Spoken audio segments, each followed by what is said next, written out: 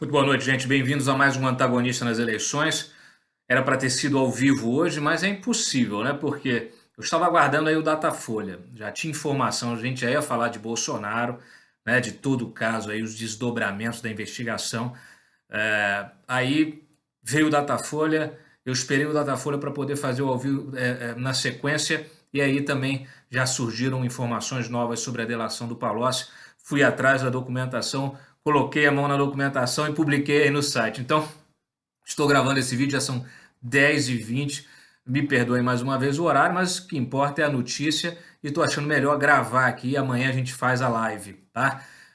Vamos então por partes, né? Vamos por partes. Vamos de trás para frente. Olha, acabei de colocar aí no site documentação absolutamente relevante sobre a delação do Palocci. Palocci esteve aqui em Brasília semanas atrás, participou de uma audiência sigilosa com a força-tarefa da Greenfield aqui na Justiça Federal, no Ministério Público Federal, e prestou depoimento já na condição de colaborador. Lembrando que ele é colaborador, ele assinou, né, e foi homologada a delação dele no TRF4, né, em relação a crimes que estão sendo investigados pela Lava Jato de Curitiba, e negocia aqui em Brasília também benefícios, né, de uma delação dentro justamente de outras investigações. E aí, que investigações são essas? Bom, várias. Investigação sobre fundos de pensão, e aí por isso a Greenfield, investigação sobre a compra dos caças, né? E eu já vou detalhar, investigação sobre também a questão de Belo Monte, né?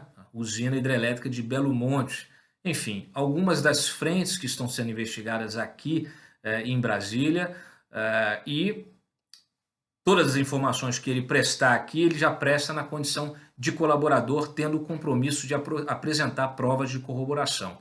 Então, coloquei a mão no depoimento dele, o Jornal Nacional também deu alguns trechos e eu obtive aqui a íntegra. Então, acabei de publicar, tive acesso à íntegra e acabei de publicar alguns trechos aí para que vocês desfrutem. E é impressionante, né?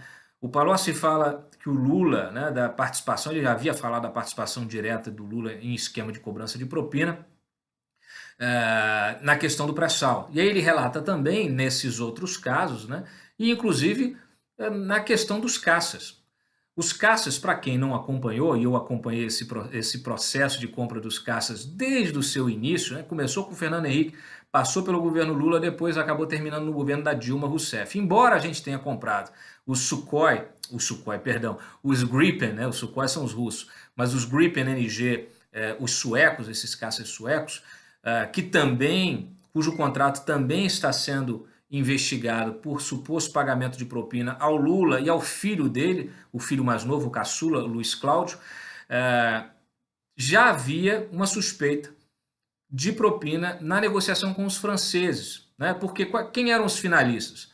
Os americanos, com o F-18, os franceses, com o Rafale, primeiro com os Mirage, depois com o Rafale, e finalmente os suecos com o Gripen NG. Quem acompanhou sabe, né, de todo o escândalo. Quem não acompanhou, basta dar um Google aí, todo o escândalo que proporcionado pelo Lula, né, quando ele se encontrou com Sarkozy e anunciou o acordo com o Sarkozy, né? Só que esse contrato, né, ele era um contrato de uma licitação internacional. Então, o presidente não poderia atropelar o procedimento licitatório, a disputa. Por quê? Porque era analisada tecnicamente, inclusive pela Força Aérea, por uma equipe específica que a Força Aérea constituiu para analisar os requisitos técnicos das três aeronaves, né? Primeiro da grande lista e depois da lista final, essa lista short list, que é essa lista mais curta com os finalistas. Então o Lula atropelou a análise técnica e chegou a anunciar a parceria com os franceses. Na época, isso foi um escândalo internacional. Os americanos gritaram, né? Os suecos também, mas os americanos com a força deles também falaram: o que é isso? Né? Não é uma decisão política não pode ser tratada dessa forma. Ou existe procedimento ou não existe. Depois o Lula acabou tendo, diante de todo o constrangimento internacional, o Lula recuou. Aí o Jobim também ficou muito constrangido na época, a gente ouvia muita coisa aí também a respeito de um possível envolvimento do Jobim nesse contrato, mas nada se comprovou, né, naquela ocasião. O Lula, para não ficar mal, voltou atrás, fizeram todo uma, um samba e retomaram o contrato, depois retomaram a licitação, depois acabaram entregando o contrato para os suecos, né? E aí os suecos envolve já o Marinho, né? Envolve aí o filho do Lula, um lobista que também atuou, conhecido do Lula desde a época da Volkswagen, que também atuou no caso das Zelotes, no CARF, enfim, uma história longa. Quem acompanha o antagonista, quem me acompanha sabe, sabe disso tudo, né? Mas o que é interessante é que o Palocci traz o detalhe disso. E, inclusive, narra uma reunião que o Lula e o Sarkozy tiveram noite adentro, discutindo pagamento de propina sobre aquele contrato, que deveria ter sido assinado com os franceses, segundo esse relato, né, segundo esse acordo feito aí do Lula com o Sarkozy. Haveria, inclusive, um protocolo, aí, um contrato realmente assinado para garantir esse negócio. É incrível, é incrível. E vai deixar em uma saia justa, já deixou numa saia justa, o Jobim. Né? Tanto é que agora o Valisney, o juiz aqui de Brasília, pediu para que o Jobim seja ouvido novamente por causa da contradição, porque o Jobim, como ministro da Defesa, já havia prestado depoimento no ano passado, e agora com o depoimento para a delação do Palocci, colocou o Jobim na parede, o Jobim vai ter que se explicar também. Então, situação gravíssima, isso é um escândalo internacional. Se a ONU está preocupada aí com a participação do Lula na campanha, né, que a gente sabe que não é bem assim, deve se preocupar com esse escândalo internacional, aí já com a chancela da delação do Palocci, falando de propina nesse contrato aí, que deveria ter evoluído, né, entre o Lula e o Sarkozy, né? Sarkozy que também enfrentou a justiça francesa aí, tá lá respondendo à justiça francesa por vários problemas também. Então, gente, olha, muito grave. Agora, mais grave ainda, quer ver mais?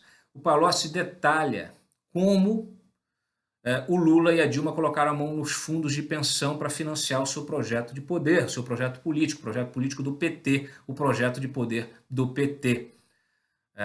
Além de detalhes que eu vou trazer depois, envolvendo os nomes, né, os presidentes dos fundos, quem levou propina, quem ganhou o quê, etc. e tal, o Palocci relata a constituição da Sete Brasil, que é aquela empresa que foi criada pelo PT para gerir os navios sondas, a construção dos navios sondas para o pré-sal, coisa de 25 bilhões, que geraria propina para o PT, para Lula, para o PT, para bancar de 4 a 5 eleições presidenciais. Então, olha, gente, estamos falando de um crime gravíssimo. O Palocci está dizendo, e ele dá o detalhe disso, fala inclusive da reunião que aconteceu no Palácio do Planalto à noite, com a presença dele, do Gabriel, do Lula, da Dilma, em que o Lula até assustou as pessoas porque ele disse claramente que queria que o dinheiro dos fundos de pensão que iriam para esse fundo de sondas, né, de financiamento da construção das sondas, deveria bancar a campanha de Dilma de 2010. Tá? Essa reunião aconteceu no final de 2009, iníciozinho de 2010. E, além disso, o Palocci fala justamente desse projeto, de que a soma, o dinheiro, a propina que seria desviada, seria muito maior, inclusive, do que a propina da Petrobras, essencialmente. E esse dinheiro era um dinheiro exclusivo do projeto de poder do PT, sem PP, sem PMDB, sem ninguém. Era o PT, cresceu o olho e falou: o pré-sal é nosso. E deveria bancar um projeto de poder de 20 anos. O Lula queria permanecer, tanto é que ele queria voltar, né, depois da Dilma, ele queria voltar, e eles estavam com essa previsão. Reeleição, reeleição, substituição, reeleição, reeleição, mais 20 anos do poder, uma coisa bem chavista, né? mais 20 anos no poder, tudo com dinheiro roubado do trabalhador. Então até os servidores aí, que muitos desses fundos, né, são fundos de pensão dos servidores públicos, servidores que adoraram a gestão do Lula, agora tem aí vamos dizer assim, a confirmação, além de tudo que a gente já sabe, né, de tudo que foi desviado desses fundos de pensão, a confirmação desse projeto específico envolvendo a Sete Brasil, dinheiro desses fundos, Previ, Funcef, Postales e tal, dinheiro para bancar esse projeto de poder do PT, um projeto absolutamente totalitário. 20 anos, gente. 4 a 5 eleições presidenciais. Isso dito pelo próprio Palocci. Então, é um escândalo. É um escândalo. Então, isso só dá a dimensão dessa delação do Antônio Palocci, que a gente vai conhecendo aos poucos. Eu já trouxe aqui diversas informações sobre essa delação, mas delação que agora está sendo corroborada lá. Tem até o dia 20 deste mês para fechar essa corroboração das provas, né? E fundamentar toda essa denúncia, todas essas denúncias, todos esses episódios que são narrados pelo Palocci. Então, assim, gravíssimo, gravíssimo. Bom, vamos falar de Datafolha. A Datafolha deu pouquinho aqui pro Bolsonaro, um pouquinho para variação, né? Disse que o Bolsonaro chegou a 24%, Marina caiu para 11%, Ciro subiu para 13%. Alckmin ficou ali, subiu de 9 para 10, não é nada, e o Haddad subiu de 4 para 9. É o Datafolha, a gente sabe, é o Datafolha que no Rio de Janeiro, por exemplo, a gente viu aí a diferença, eu dei mais cedo a diferença, né, entre o Datafolha e o Ibope, né, do Eduardo Paes, num cenário aparece empatado por um dos institutos, coloca o Eduardo Paes empatado com o Romário, né, e o outro instituto bota uma diferença de 10 pontos percentuais entre um e outro. Então não dá para levar a sério, né? Agora, considerando esses números, que não são muito sérios, aparece aí esse pequeno crescimento aí do Bolsonaro, que não representa, ele é um crescimento que, segundo o Datafolha, estaria na margem de erro, né, da pesquisa, então não representaria nenhum crescimento em função do atentado que ele sofreu na semana passada. Então também não corresponde muito, né, porque a gente vê a comoção que aconteceu, a própria pesquisa aí telefônica, né, da FSB, BTG, chegou a dar 30% para o Bolsonaro, a gente publicou de manhã, o que realmente significa um aumento significativo, né? Então tá aí. Datafolha tem ali alguns cenários, a gente reproduziu, vale a pena ler para acompanhar. Depois ainda vou ver no detalhe essa pesquisa, né, como eu faço sempre, mas esse é o Datafolha, né? Esse é o Datafolha. Olha, além disso, tivemos aí hoje um dia movimentado, viu? Movimentado. Vou passar para a questão rapidamente do Temer, né? Vocês viram aí relatório final da Polícia Federal confirmando propina para o Temer, gravações do João Batista Lima, né, o Coronel Lima, operador do Temer, gravações que ele aparece negociando as entregas de propina com a turma da Odebrecht. Então, impressionante também isso aí. Além dessas gravações, foram anexadas ao relatório final até o testamento, gente, carta-testamento do Laranja, quer dizer, um funcionário da Argeplan, da empresa do Coronel Lima, deixou uma carta-testamento para a mulher dizendo o seguinte: olha, esses bens aqui não são meus, estão no meu nome, mas são do Coronel Lima. Então, assim, provavelmente a carta do Coronel Lima, a carta-testamento do Coronel Lima, né, a gente não sabe se existe, mas se ela existisse, diria o seguinte: olha, esses bens que estão também no meu nome aqui não são meus, são do Temer. Eu sei que a situação do Temer é gravíssima também, vai levar chumbo grosso quando descer, sair da presidência aí, vai levar cana, né? Tudo indica que vai levar cana, não tem como não levar cana. E a gente vai ter que estar pressionando, fiscalizando e cobrando a investigação e o processamento e a condenação dele e a cana dele também, porque isso aí está muito grave. Olha, a investigação completíssima, né? A gente vai acompanhar. Vamos ver os desdobramentos. Agora falta a PGR, dona Raquel Doge aí, tendo coragem, né, para receber esse relatório e usar isso para denunciar o Temer por corrupção, lavar dinheiro, enfim. O que mais? Vamos falar de ONU. Lula continua aí desesperado tentando recursos lá no STF e hoje mais uma pataquada aí, pegou lá os advogados, o Cristiano Zanin e a sua esposa Valesca, apresentaram uma nova manifestação, um novo parecer, uma nova opinião, na verdade, daqueles pareceristas, daqueles peritos do Comitê de Direitos Humanos da ONU. Mais uma vez, reiterando, né, segundo eles, o fato de que Lula teria de participar da campanha. Então, eles estão desesperados, entraram com diversos recursos no STF, estão esperando aí que esses recursos possam derivar em alguma decisão que suspenda, né, o indeferimento da candidatura natimorta do Lula. Isso não vai acontecer, não há a menor chance disso acontecer, porque essa decisão, essa opinião dos peritos não tem nenhum tipo de efeito vinculante aqui, não tem força nenhuma, né, mais uma opinião. E aí eu coloco a dúvida, a questão, né, o questionamento, até para o Itamaraty, falei mais cedo no Twitter, pede lá para a ONU para investigar esses peritos, porque está estranho, né? A dedicação desses dois peritos do Comitê de Direitos Humanos ao caso do Lula está esquisito para cacete, né? Será que foi em parecer, são pareceres encomendados, né? Olha, isso não pode, né? Porque esses peritos têm que ter independência, eles não podem nem ter tendência ideológica, a gente vê claramente, muito menos vender parecer, né? Então fica aí essa suspeita no ar, fica esse cheiro de esgoto no ar e isso vai precisar vir à tona em algum momento, né? Porque está muito esquisito. E olha, e mais engraçado de tudo é que eles fazem o parecer deles, né? E o Zanin aqui fala de decisão, de liminar, de, enfim, dá ali cores para o negócio que não tem. E eles mesmos, no parecer deles, dizem no final o seguinte, olha, essa correspondência aqui, esse papel, esse paper, ele não implica nenhuma decisão da ONU, né? Então, assim, na verdade, eles entendem, admitem que a opinião deles não tem nenhum tipo de força, não tem efeito nenhum, é só uma opinião. Então, de opinião, o inferno está cheio, assim como de intenções, né, gente?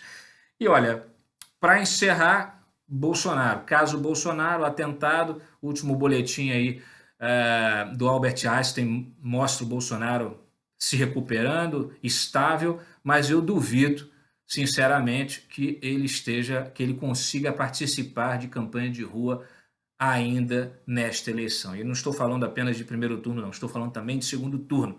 É claro que ele vai continuar nas redes, é claro que o Mourão vai fazer uma coordenação estratégica da campanha, junto com os filhos do Bolsonaro, mas o Bolsonaro não tem condição de ir para a rua mais. Tá? A recuperação aí é pelo menos 2 meses para começar a fazer esforço, enfim, não tem condição. Então, muito grave a situação, né? Esse golpe aí, essa facada, né? Rompeu vários órgãos, a gente narrou isso em detalhes na semana passada, mas a recuperação muito difícil, muito sensível e muito devagar. Não vai acontecer, né? Então, até a participação dele em debates, olha, se ele der sorte, participará de algum debate no segundo turno e olhe lá, né? Não há chance dele participar nesse primeiro turno, porque é muito complicada essa recuperação, né? Então, assim, infelizmente, esta é a situação depois desse bárbaro episódio aí contra o processo democrático, né? Porque eleição, troca de ideias, discussão, enfrentamento de ideias, de posições políticas, não pode derivar para violência, tá, gente? Não pode, tá? Então, esperamos que ele se recupere logo. E o que é interessante, informação que eu trouxe em primeira mão aqui mais cedo, eu estava desconfiado, tive uma informação, pedi apoio ali ao deputado Francisquini, né, que está acompanhando as investigações, e ele confirmou com a Polícia Legislativa que o agressor, né, do Bolsonaro, esse terrorista, né, esse sujeito que foi lá esfaquear o Bolsonaro para matar, não matou por sorte, ele esteve, né, o Adélio Bispo de Oliveira, ele esteve na Câmara dos Deputados em 2013, precisamente no dia 6 de agosto de 2013. 2013 foi um ano de manifestações, né, de muita efervescência política, vocês vão lembrar. e ele esteve lá no anexo 4 da Câmara dos Deputados, onde estão os gabinetes dos deputados. Infelizmente, não há detalhes no registro de entrada dele de qual gabinete ele visitou, tá? Mas ele esteve lá, provavelmente para visitar alguém. Ele, na época, era afiliado ao PSOL e esteve lá para visitar algum deputado do PSOL. Tinham 3 deputados: João Willis, Ivan Valente e o João Willis, o Ivan Valente e o Chico Alencar. Será que foi o João Willis? Estou desconfiado, hein? Estou desconfiado com o João Willis. Até em função da bandeira, GBLT, etc., que ele parece que está aí, que defendia, né? Inclusive ele fala disso aí na oitiva lá, naquela audiência de custódia. Inclusive a Cruzoé, quem não viu, vale a pena ver, a Cruzoé trouxe o vídeo da audiência de custódia, em que ele fala disso, fala de, enfim, de várias coisas, do que ele pensa, e não parece maluco em momento algum, tá? O pessoal que quer aí tratar ele como maluco, né? Os advogados já estão querendo fazer exame de sanidade mental. Maluco não parece não, viu, gente? Não tem nada de maluco, muito pelo contrário. Então ele esteve lá na Câmara, isso é grave, né? Isso é importantíssimo para a investigação, porque pode simplesmente conectar. Muita gente vai falar assim, pô, Cláudio, mas 2013 está tão longe, tá, mas pode criar um vínculo mais próximo com um determinado deputado, e esse deputado até hoje não se manifestou, né? Ah, eu conheço esse cara. Não, ninguém está falando nada, está no silêncio. Então, essa investigação pode ser aprofundada. Então, inclusive, o terceiro secretário da mesa da Câmara, o deputado JHC, pediu, e eu publiquei, pediu à Polícia Legislativa justamente que informasse, tentasse obter os detalhes dessa visita para saber o destino dele, qual gabinete ele frequentou, etc. Tá? Fica ainda aí o mistério em relação aos advogados, 4 advogados, 2 deles são advogados caros, conhecidos, né, que já entraram em contradição ao tentar explicar quem está pagando, né, essa defesa dele, mas fica claro aquilo que eu já disse lá atrás, que inclusive coloquei lá fixado no meu Twitter, foi um atentado político, sim, ele foi premeditado, sim, e ele não agiu sozinho, tá certo? Então, esse é o resumo. Estamos ainda dedicados a essa investigação, vamos fazendo a nossa parte e esperando que a Polícia Federal e o Ministério Público façam a parte deles. Polícia Federal trabalhando ainda com a questão aí de lobo solitário e tal, eu acho que é uma estratégia, tá? Porque realmente não tem nada de lobo solitário, isso está muito claro. Então, gente, esse é o nosso resumo, muita informação, muita coisa, isso só aquece a semana já começando aí nesse nível, né, nessa temperatura altíssima aí, nesse nível de informação, que realmente são coisas que precisam circular, todos vocês precisam saber, então contem comigo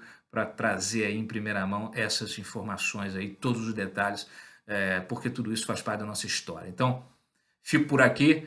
Muito obrigado aí pela paciência, pela audiência. Volto amanhã em mais um Antagonista nas Eleições com Cláudio Dantas. Não deixem de curtir o vídeo, deixar o seu joinha e compartilhar nas suas redes sociais. Quem não assinou o canal, assine, ativa lá o alarmezinho, tá? E me sigam nas redes sociais, Twitter, Facebook e Instagram. Muito obrigado e até amanhã.